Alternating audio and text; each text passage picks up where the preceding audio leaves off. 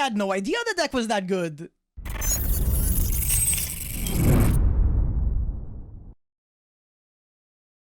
What's going on, guys? This is Miasin and welcome to my Labyrinth combo video. This deck is so freaking fun. It's honestly my new drug. I really want to test this deck in a live stream or something, and I will be doing that very soon. So if this video can get 500 likes, I will be uploading the deck profile tomorrow, of course, as always, but also a live stream very soon. So please make sure you smash the like button and also the subscribe button if you're not subscribed to this channel already. And now let's proceed into combo 1 out of 4, where I'll show you the correct lines of play in order to optimize your gameplay with Labyrinth, because it is kind of a complicated deck to play at first, but once you get your stuff and your engine going, rather, you're going to be snowballing at the speed of light, and your opponent will never be able to catch up with you. So you'll be going normal summon Ariana, which is a Stratos. On normal or special summon, you add a Labyrinth card from your deck to your hand. Also has another really neat effect that I will explain very soon. So you'll be able to search the missing piece. So if we had the Welcome Labyrinth, you would search for the Labyrinth, oh my god, or the other way around. So now we have both of the combo pieces, and we're going to be setting the Welcome Labyrinth, which is kind of like a Scarlet Sanguine for Eldritch in a way. It summons a Eldritch from your deck. It summons a Labyrinth monster from your deck,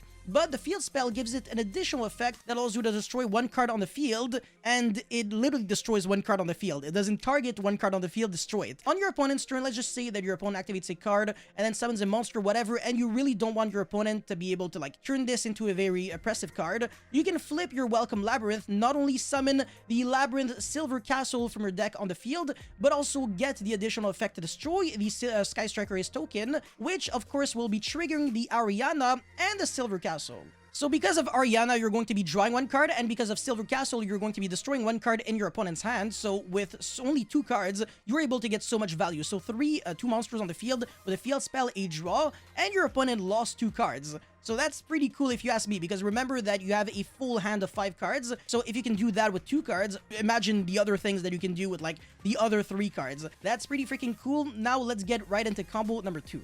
Alright, combo number 2 is where it gets a little more aggressive. So now we have Ariane, not Ariana. It's not the same card. Ariana is a Stratos, whereas Ariane is almost like a tour guide. So you send 1 normal trap card from your hand or set on your field to the graveyard as a cost. Special summon 1 level 4 or lower fiend from your deck in defense. The effect is non-negated, and again, it has the other same second effect as Ariana. So when a monster leaves the field by your normal trap card, draw 1 card, then blah blah blah. But that's not going to be the most relevant thing. So you're going to be going normal Ariana, and then, well, sorry, normal Ariane.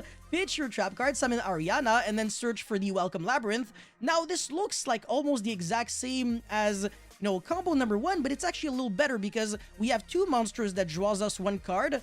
And on top of that, we have the Welcome Labyrinth in the graveyard, which is also very important. So on our opponent's turn, my opponent does stuff, whatever. Hornet drones, get your token. It's all good in the hood. Welcome Labyrinth, summon the Silver Castle, destroy your token, Chainlink 1, Chainlink 2, Chainlink 3, and then Chainlink 4. So again, these 2 cards, they draw 1 card, this destroys 1 card in my opponent's hand, and the Welcome Labyrinth is almost like a Lost Wind, where it resets itself from the field, from the graveyard to the field, doesn't get banished when it leaves the field, when a monster leaves the field by your normal trap effect. And by the way, when I say when, I really mean if, and that's actually important in Yu-Gi-Oh! Keywords, because if does not miss timing, but when, optional when effects can miss timing.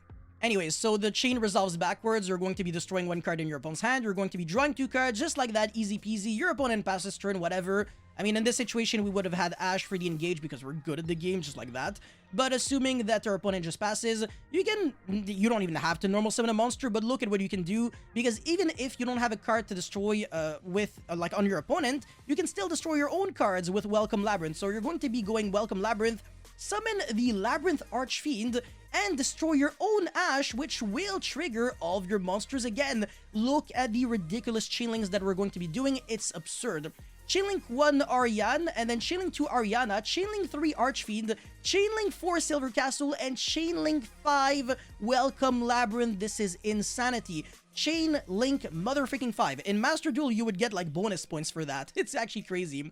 So destroy 1 card again in our opponent's hand. Oh, must be nice, by the way. Keeping in, oh my god, the RNGs. So yeah, we're resetting back the Welcome Labyrinth, drawing 2 cards, and also getting a set with the Archfiend. So we have 2 back row, a bunch of monsters, and this Labyrinth Silver Castle can actually reset back the Welcome Labyrinth as well. So we would technically have 3 back row with 4 monsters, which is actually game on board, and so many interruptions. A lot of resources as well, because you're never really losing anything when you're using your Welcome Labyrinth. You're generating advantage while destroying your opponent's cards, and that's the beauty of this deck, and the reason why I actually think it is in a really good direction to potentially be tier 1 in the future. So that's it for combo number 2. Let's get into combo number 3 now. Alright, combo number 3 is absolutely badass. I do not have Ariane, and I do not have Ariana. This time, my hand has Chandra, Stovey, and Danger Nessie. What the heck is this? And on top of that, I'm going second against a deck that has 1 card rank 4s, and my opponent has Effect Veiler. So I actually have to deal with interruptions, and I do not have my starters. What to do? No problem. Do not worry, my friend. We are well equipped to beat absolutely everything. So my opponent makes Caspatel. If this resolves and searches a card, panic mode will be entered, unfortunately, but do not worry. There is always a pretty badass play that you can do. So now I'll be chaining the effect of Stovey, discard the Danger Nessie, and set Welcome Labyrinth from my deck to the field. Now this Danger Nessie has been discarded, so the effect will trigger to search Danger Bigfoot, and on resolution, I can pitch the Chandra, discarding the Danger Bigfoot to set another Welcome Labyrinth card, and trigger the Bigfoot to pop my opponent's monster. This is literally so freaking cool. Since you get to discard cards on your opponent's turn, you can actually use Danger Bigfoot and Thunderbird as interruptions on your opponent's turn. It's crazy. It reminds me a lot of how you can get Altergeist, Multifaker, and Silquiltis on your opponent's turn. Even though they're not really hand traps, they kind of become hand traps when you have something like Infinite Impermanence, which gets you to immediately summoning them on turn 1. Now, Bigfoot, again, is a card that usually people summon on their own turn. So this kind of play is really freaking cool. And now my opponent goes normal summon Malfa past turn. Again, I still have to worry about Effect Veiler, so what will I do? I'll start by flipping the field spell. I think we can all agree on the fact that this would be a pretty good first play. And now I'll be going Battle Phase, because Effect Veiler is a main phase only card. So I'll be going Battle Phase, summon my Silver Castle, destroying the Malfa, and then triggering the effect of the Silver Castle in Chainlink 1, and then Chainlink 2, Chainlink 3, Chainlink 10 billion, get back all my cards, and destroy my opponent's card in the hand, and I'll be attacking for a little bit of damage, and then I'll be resetting back my Welcome Labyrinth with the effect of Silver Castle, which is kind of freaking free real estate, not gonna lie, and I'm going to be using the effect of Stovey, pitch the Chandra, and set the Barrage. Shoutouts to Ice Barrage from RuneScape, I guess, or Zodiac Barrage, and this card basically copies the exact same effect as a normal trap card that you're using. So if you have something like Ice Dragon's Prison, you can Ice Dragon's Prison your opponents twice, or Dragma Punishment, you can resolve it twice, which is kind of cool, honestly. And with Welcome Labyrinth, you're going to have a double special summon from deck, and you're going to be able to pop a lot of cards. So on our opponent's turn, whatever my opponent plays, before he even gets a chance to even use this Desires, I go, nah, no thank you. I will be using Chainlink 1, Welcome Labyrinth, Chainlink 2. I will be using the Barrage, special summon the Ariana, and, sorry, is that Ariana? Yeah, that's Ariana, sorry. And the Archfiend for my deck, I will be popping the Archfiend with my own field spell, which will be triggering the effect of my monsters again. God damn, this is my opponent's draw phase, and I'm doing that. Like, can you imagine? So I'm going to be recycling back cards, and I'll be drawing a card and destroying the opponent's card that he just drew for turn. This is so unfair. I feel like I'm playing a hand loop deck. Remember, my opponent went first. I was able to break everything, and I have 3 monsters on the field, 3 cards in hand, just like that, and I never even saw my starters, and my opponent had an Effect Veiler that he never got to use. So this is absolutely free. Now this is it for this combo, but let's get into the 4th and final combo, which is by far the best. Before proceeding into this masterpiece, please consider liking this video and subscribing to my channel. If you haven't already, that would seriously help me out so much. I thank you in advance, and now let's get right into it. So again, I have Ariane with Stovey, with Barrage, and Fair Welcome Labyrinth. Not the best card, and I will not actually be using these effects, these cards at all. They will basically just be discard fodder. So I'll be going normal summon Ariane, and then pitch the Barrage or whatever in order to summon Ariana, which is the Stratos again. So we're going to be searching not for the field spell, but rather a quick play spell card,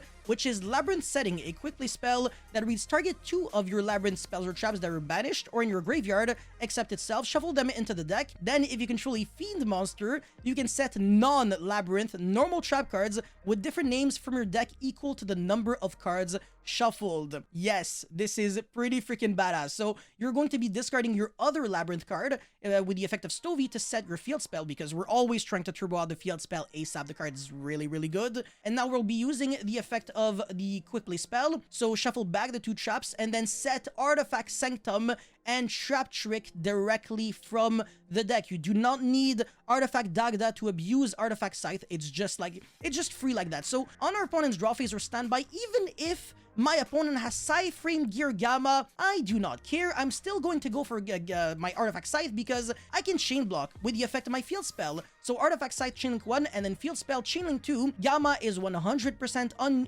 unutilizable here because I'm going to be reviving back the Stovey and then apply the effect of Artifact Scythe. And now my opponent cannot use cards like Fusion Destiny, and that's the reason why I actually think shotgunning Artifact Sanctum can make sense when you do not have to be afraid of cards like Gamma because of the chain blocking.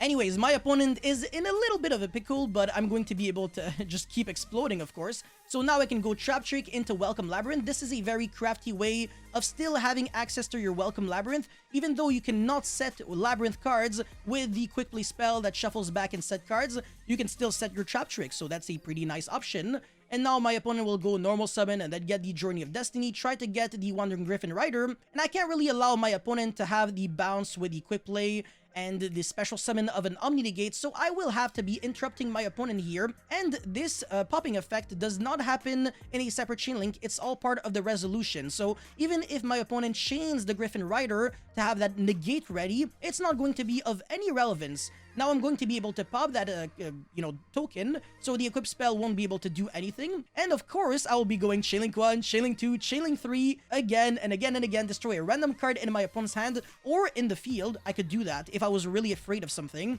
like the Torn Scales, but I'm not, because my opponent is under Scythe anyways, so good luck playing. And of course, I draw 2 cards, because the deck is fair like that. So my hand had not like the best necessarily. It was okay, it was good.